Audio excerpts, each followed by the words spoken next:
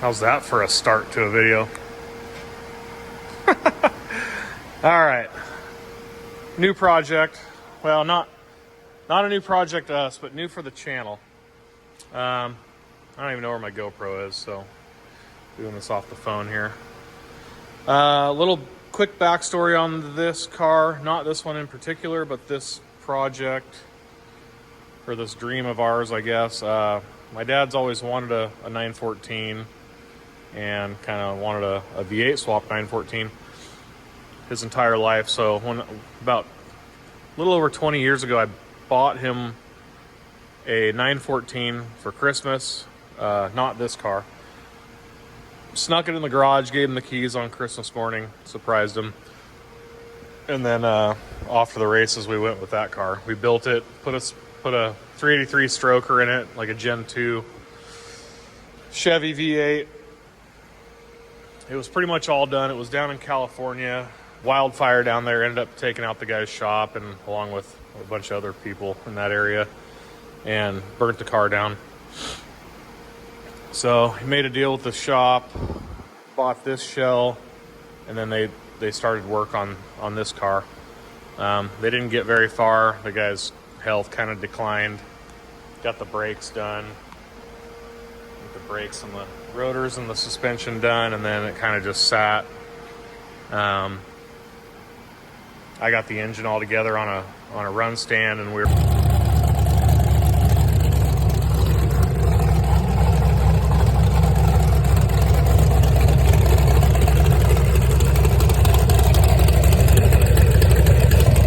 ship it down to the guy, and then we couldn't get a hold of him. And for about 2 years, I believe, we lost contact with the guy, couldn't get a hold of him. And about a month ago, my dad's like, what should I do with this engine? I think the car's gone. Can't get a hold of the guy. He sold it or it got stolen, who knows. So I said, well, let me poke around a little bit. So I got on the old Facebook, looked in the city he was from everyone with the same last name, ended up getting a hold of like a cousin or something. Got him to drive over there. The car was still on the property, so we sent an auto carrier after it and got it brought up here from California to Washington. And we've already kind of got started on the car. It didn't even look this good when we got it. So a little overview, I guess, of what it is. I forget what year this one is. 74, 914. Nothing fancy, just the plain Jane 4-cylinder model. We've got a stroker ls1. Not sure what the final numbers are on it. Schnell Performance in Portland, Oregon built it. Made it to a 915 transaxle with a flipped over ring gear because it's out of a rear engine car and it's now mid-engine. I believe it's got 944 trailing arms grafted to the 914 stuff. And then it's got 14-inch rotors, 4 pistons in the rear. I think it's got 6 pistons up front. These are a 911 Turbo Carrera wheel, I believe. The engine is supercharged. It actually has a jack shaft. Belt runs the jack shaft all the way back to the blower. So that's pretty cool. We're gonna build this thing ourselves this time. Back when I was, 17, 18 years old when I bought him the first car, we didn't have a shop, we didn't have the tools, I didn't really have the know-how, but fast forward 20 years, I've got my own big beautiful shop, my own tools, learned a lot over the years. I'm pretty confident that I can finish this car for him. So we've got Renegade hybrids stuff. We got a fuel tank from them and a cooling system. So yeah, this will be a fun one for the channel. I bought another one the other day. This one's missing a whole bunch of little doodads and hood latch, all kinds of dumb little shit. So picked that one up cheap over there. rob some parts off it. Like, we don't have the damn fuel sender and a fuel filler and shit like that. So cheaper to buy $1,000 rust bucket than it is hunt down parts on eBay all day long. So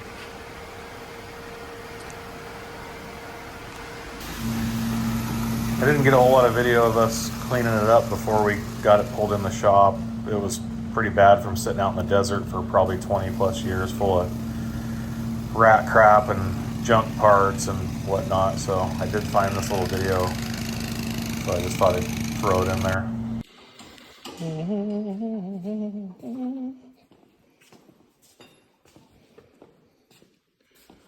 are you doing in there? Practicing my wrench trade. Practicing being a mechanic. So probably not going to work on it a whole lot today, but I would like to get this fuel tank filled up. We bought the fuel system or kit or whatever from Renegade. It looks like it's a repop tank, and then they put a Phytech in-tank pump in here. Not a big fan of Phytech. Not really sure why people like them. I mean, maybe their stuff's gotten better. I've used some of their early LS EFI crap. What a nightmare that shit is to tune and program. But hopefully it's getting better. I mean, it looks decent, but I'm more of just a Aeromotive or a Walbro fan. So anyway, let's get these holes plugged up here. I ordered a new sender, fuel level sender. I was about to shove it in, and then I was like, oh, let's be funny. I wonder if I can read this German. And then I'm like, oh, it's in English too. Remove safety pin before installation. So I'm guessing there's a little pin in there to hold the float from, you know, moving around and shipping. So let's see if we can peel that off and get this baby installed.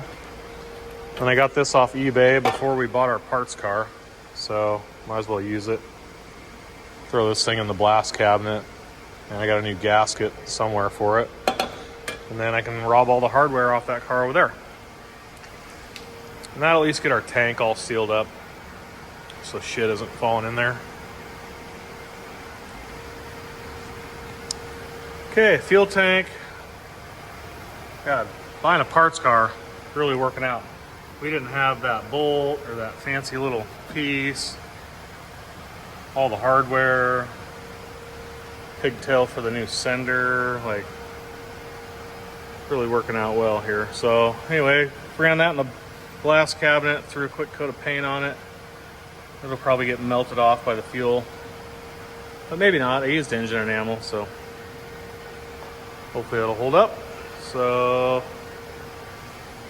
I think the next thing we're gonna get going on this is fabricating a transaxle mount, and that way we can get rid of this engine crossbar.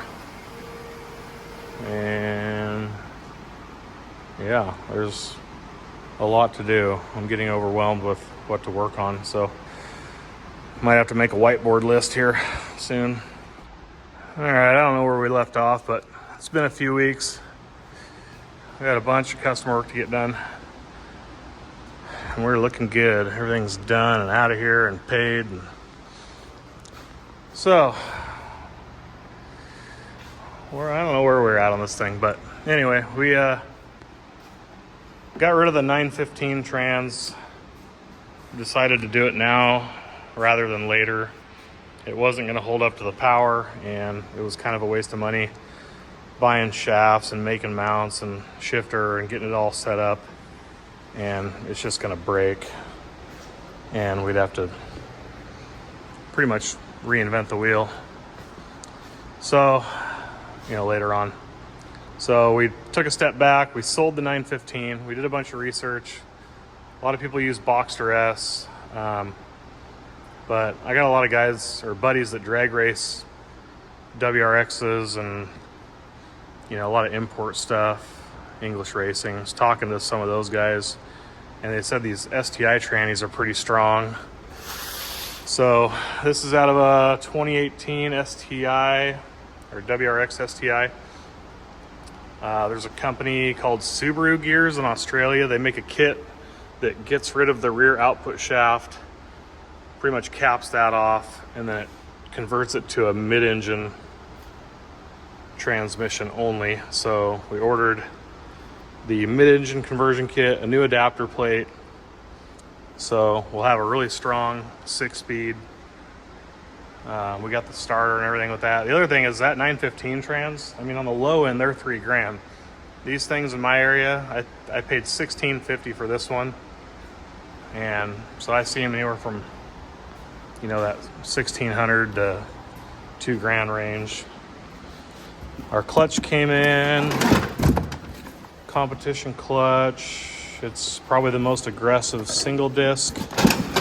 This thing's gonna be street driven more than track, so that's supposed to be good for 750 crank, so we'll see. I think this blower maxes out at like 740, a lot of people say. So anyway, so we're gonna get that. We're waiting for parts to get that trans axle mated up to this engine. So what we're gonna do is we're gonna pull this engine back out. We mocked it up, we like where it sits, so we'll get it out of there. And we are going to kind of get this area cleaned up right here where the old battery used to sit. So we'll get that out of there. We'll detail up the firewall, get rid of some of these brackets and tabs and crap we don't need. What else did we do? Oh, well, I'll show you when we get it up on the lift, but we got some Bilsteins and some Terra Engineering coilovers installed. So at least this thing is sitting on its own suspension now. We've got a ton of parts we need to start hanging. Pretty much, I got the whole electrical system, battery mount, distribution block, cables, you name it. Pretty much got everything to get power to the engine. We have a new Terminator X harness, computer.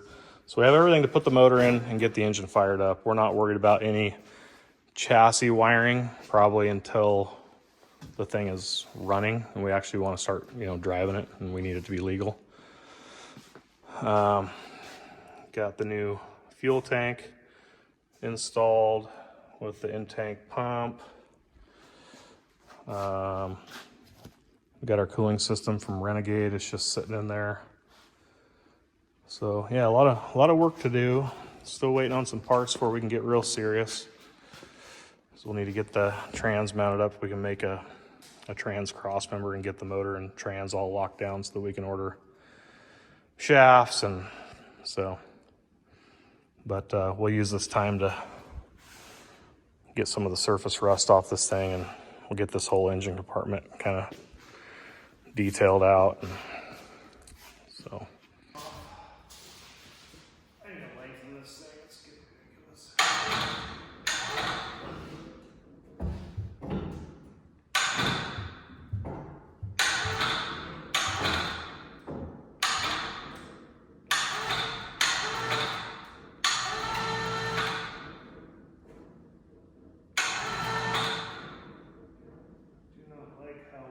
Hanging on that stud, but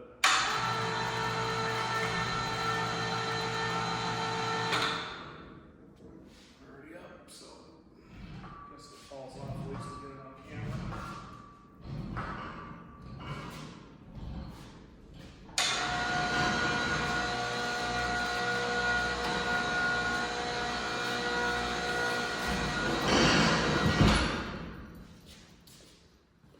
So mostly just surface rust. We got one little tiny hole, so we'll get that all cleaned up and kind of see what we're left with. I'll probably kill all the rust and maybe just put a patch over it. Not really sure yet. It's not too bad. It is kind of a structural area though, so I kind of would like to maybe lay something on top just to strengthen up the frame rail.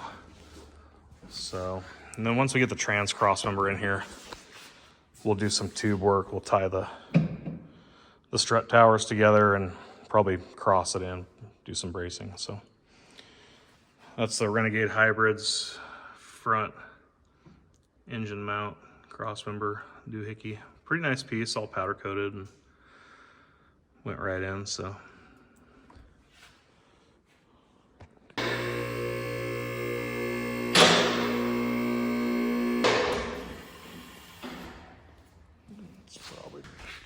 Probably even need to come down a little bit. So anyway, that's the old battery tray, so we'll cut that off. And we gotta get all this cleaned up. I don't know what the best way to do. I have like some rust converter paint stuff, but I don't really know yet how we're gonna do this. I got some other rust killer spray stuff. Maybe we'll kill it, let it sit for a night, and then we'll come back and wire wheel this all out, and then maybe we'll make a patch. Maybe we'll do a patch up here and then maybe a patch up the side. Something like that. Everything else, it's not too bad, just on the top's a little crusty. I think that's, I don't know. We'll start poking around at it. If it's soft, we'll cut it out. So. All right, we got all the little brackets and chunks of crap cut off, and we kind of needle gunned everything, got all the big chunks off, and then we sprayed some rust away, some shit I had in my cabinet, some kind of rust converter killer. So we'll let that kind of chew on that for a while on off gas while we go eat some lunch, and then we'll come back out here and hopefully it'll be dry, and then we'll start marking where we're gonna cut. Ew, got some of that crap on me. We'll start drawing where we're gonna make our cuts, and then we'll cut our pieces out, and then we'll make our new patches. So it's always a little worse than you anticipate. So once we started needle gunning, we just had a couple little tiny holes, and then we needle gunned, and now we got this whole thing starting to open up. So we're gonna cut this whole corner out, probably all the way up into here somewhere, and then same deal, kind of up into this good material. We'll follow that line up here somewhere, and then we'll have to do a little firewall action. Anyway, we got all the rock cut out. We got real good metal back in here. It's nice and thick, a little scaly on top, but it'll be fine. So down inside, all looks pretty good. A little surface rust, so we'll treat that, and then we'll start making some patch panels. We got 1, 2, probably 3 going up the top, and then we'll probably have to build a triangle one. So probably 4 pieces. So, well, sorry about the heater noise. I had the door open, and the heat's trying to keep up with the cold air coming in. Anyway, we are all patched up. Good enough. It's I'm not a sheet metal guy, but anyway, I feel pretty good about that. We'll cover it in pour 15, and then once the battery and everything's in there, you'll never even really see it. So start mixing up the pour 15. I think we'll just pour 15 all the new metal and the rust area, and then we'll clean this whole engine compartment, and I think we'll use that pour 15 top coat stuff in the spray can for the rest of it. So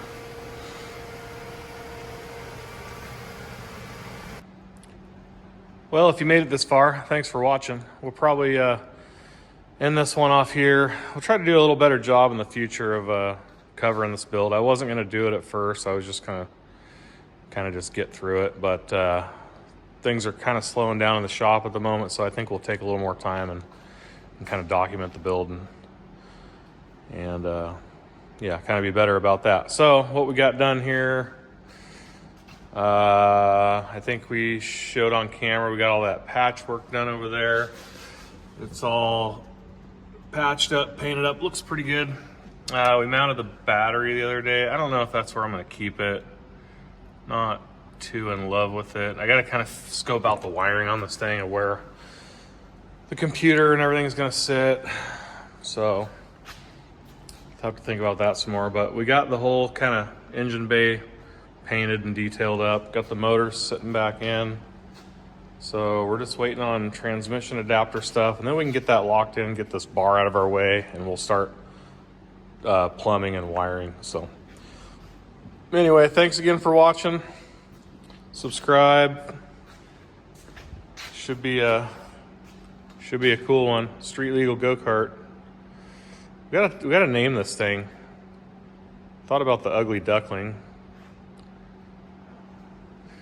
It is kind of a weird car, but anyway, drop a comment below. Let me know what you think for a name.